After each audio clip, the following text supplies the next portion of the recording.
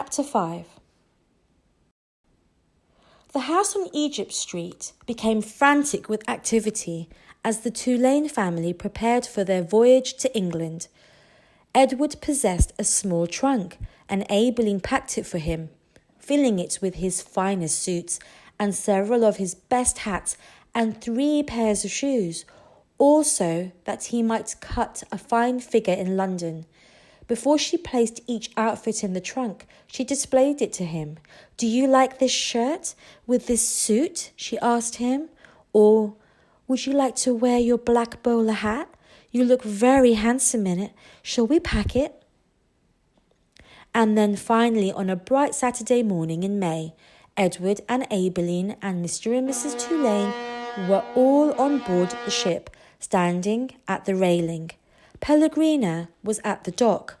On her head she wore a floppy hat strung around with flowers. She stared straight at Edward. Her dark eyes glowed. "Goodbye," Aibileen shouted to her grandmother. "I love you." The ship pulled away from the dock. Pellegrina waved to Aibileen. "Goodbye, lady," she called. "Goodbye." Edward felt something damp in his ears. Aibileen's tears, he supposed. He wished that she would not hold him so tight. To be clutched so fiercely often resulted in wrinkled clothing. Finally, all the people on land, including Pellegrina, disappeared. Edward, for one, was relieved to see the last of her. As was to be expected, Edward Tulane exacted much attention on board the ship. "What a singular rabbit," said an elderly lady with 3 strings of pearls wrapped around her neck. She bent down to look more closely at Edward. "Thank you," said Aibileen. Several little girls on board gave Edward deep glances full of longing. They asked Aibileen if they might hold him. "No," said Aibileen. "I'm afraid that he's not that kind of rabbit who likes to be held by strangers." 2 young boys, brothers named Martin and Amos, took a particular interest in Edward. "What does he do?" Martin asked. Aibileen, on their second day at sea, he pointed at Edward, who was sitting on the deck chair with his long legs stretched in front of him. "He doesn't do anything," said Aibileen. "Does he wind up somewhere?" asked Amos. "No," said Aibileen, "he does not wind up." "What's the point of him then?" said Martin. "The point is that he is Edward," said Aibileen. "That's not much of a point," said Amos. "It's not," agreed Martin. And then, after a long, thoughtful pause, he said, "I wouldn't let anybody dress me like that." "Me neither," said Amos. "Does his clothes come off?" asked Martin. "Of course they do," said Aibileen. "He has many different outfits, and he has his own pajamas too. They are made of silk." Edward, as usual, was disregarding the conversation. A breeze was blowing in off the sea, and the silk scarf wrapped around his neck billowed out behind him. On his head he wore a straw boater. The rabbit was thinking that he must look quite dashing. It came as a total surprise to him when he was grabbed off the deck chair, and first his scarf and then his jacket and trousers were ripped from his body.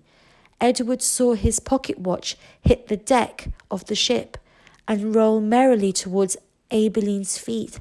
"Look at him," said Martin. "He's even got underwear." He held Edward aloft so that Amos could see. "Take it off," shouted Amos. "No!" screamed Aibileen. Martin removed Edward's underwear. Edward was paying attention now. He was mortified. He was completely naked, except for the hat on his head, and the other passengers were looking at him, directing curious and embarrassed glances his way. "Give him to me," screamed Aibileen. "He's mine." "No," said Amos to Martin. "Give him to me." He clapped his hands together and then held them open. "Throw him," he said. "Please," cried Aileen. "Don't! He's made of china. He'll break." Martin threw Edward, and Edward sailed naked through the air. Only a moment ago, the rabbit had thought that being naked in front of a shipload of strangers was the worst thing that could happen to him, but he was wrong. It was much worse being tossed in the same naked state from the hands of one grubby laughing boy to another. Amos caught Edward and held him up, displaying him triumphantly. "Throw him back," called Martin. Amos raised his arms, but just as he was getting ready to throw Edward, Aileen tackled him, shoving her head into his stomach and upsetting the boy's aim. So it was that Edward did not go flying back into the dirty hands of Martin. Instead, Edward Tulane went overboard.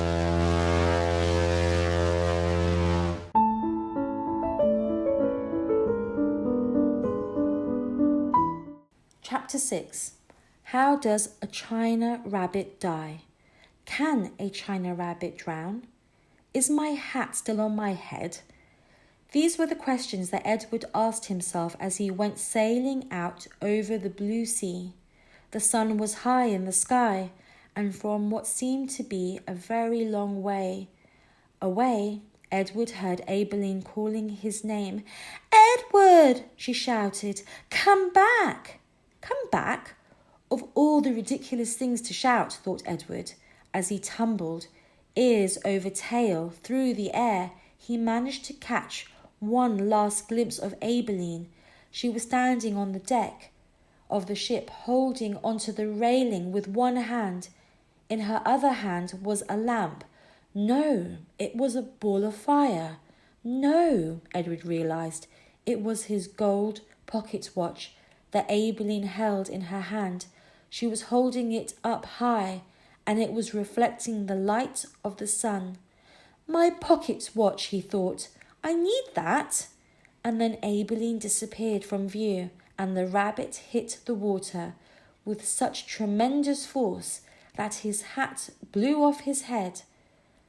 That answers that question, thought Edward, as he watched the hat dance away on the wind, and then he began to sink. He sank and sank and sank. He kept his eyes open the whole time, not because he was brave, but because he had no choice.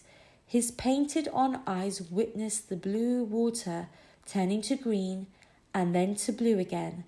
They watched as it finally became as black as night. Edward went down and down. He said to himself, "If I am going to drown, certainly I would have done so by now." Far above him, the ocean liner, with Aileen aboard it, sailed blithely on, and the China rabbit landed finally on the ocean floor, face down, and there, with his head in the muck, he experienced his first genuine and true emotion. Edward Tulane was afraid.